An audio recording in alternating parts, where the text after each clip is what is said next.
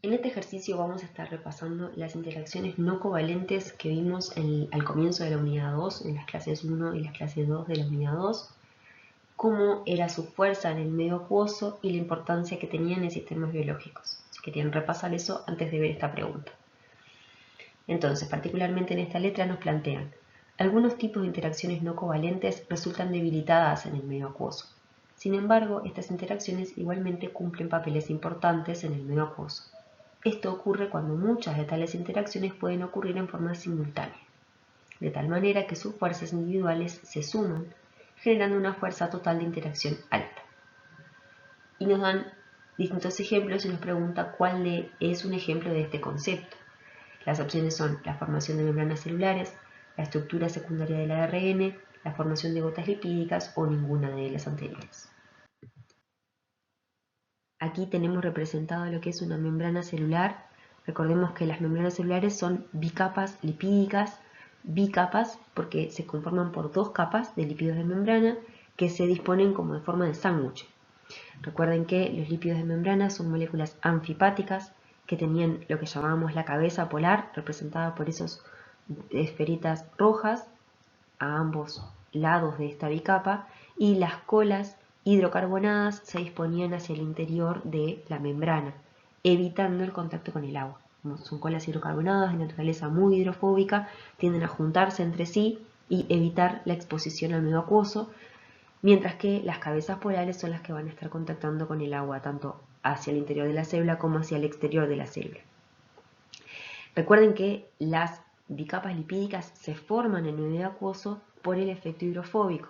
Esta naturaleza tan hidrofóbica de estas colas hidrocarbonadas hace que se junten porque hay agua en el exterior. O sea, sin la presencia del agua, esa bicapa no se formaría. Recuerden que el efecto hidrofóbico no era una interacción en sí misma, sino que funciona como si lo fuera en el medio acuoso. Lo mismo para las gotas lipídicas. Las gotas lipídicas se formaban cuando, de nuevo, los lípidos evitan la parte hidrofóbica de estos lípidos de naturaleza anfipática, se juntan formando una esfera que disminuye la exposición de la parte hidrofóbica de esas moléculas con el agua. Por lo tanto, tanto en las membranas celulares como en las gotas lipídicas, su formación está debida al efecto hidrofóbico. La otra opción de respuesta posible es la estructura secundaria del ARN. Si recuerdan, el ARN, el ácido ribonucleico, en general se trata de una simple hebra, que es una sola molécula de ácido ribonucleico que está representada aquí. Tenemos un extremo y esta molécula sí se puede plegar sobre sí misma, y aquí tenemos el otro extremo. Sí, es una simple hebra. Este plegamiento en el espacio, por eso le llamamos estructura secundaria, se da por las interacciones de la complementariedad de las bases. Recuerden que la adenina se aparea con el uracilo y la citosina con la guanina. La adenina con el uracilo puede formar dos enlaces de hidrógeno. En este caso sería intramolecular porque es una adenina y un uracilo de la misma molécula. Y en la citosina se aparea mediante tres enlaces de hidrógeno con la guanina.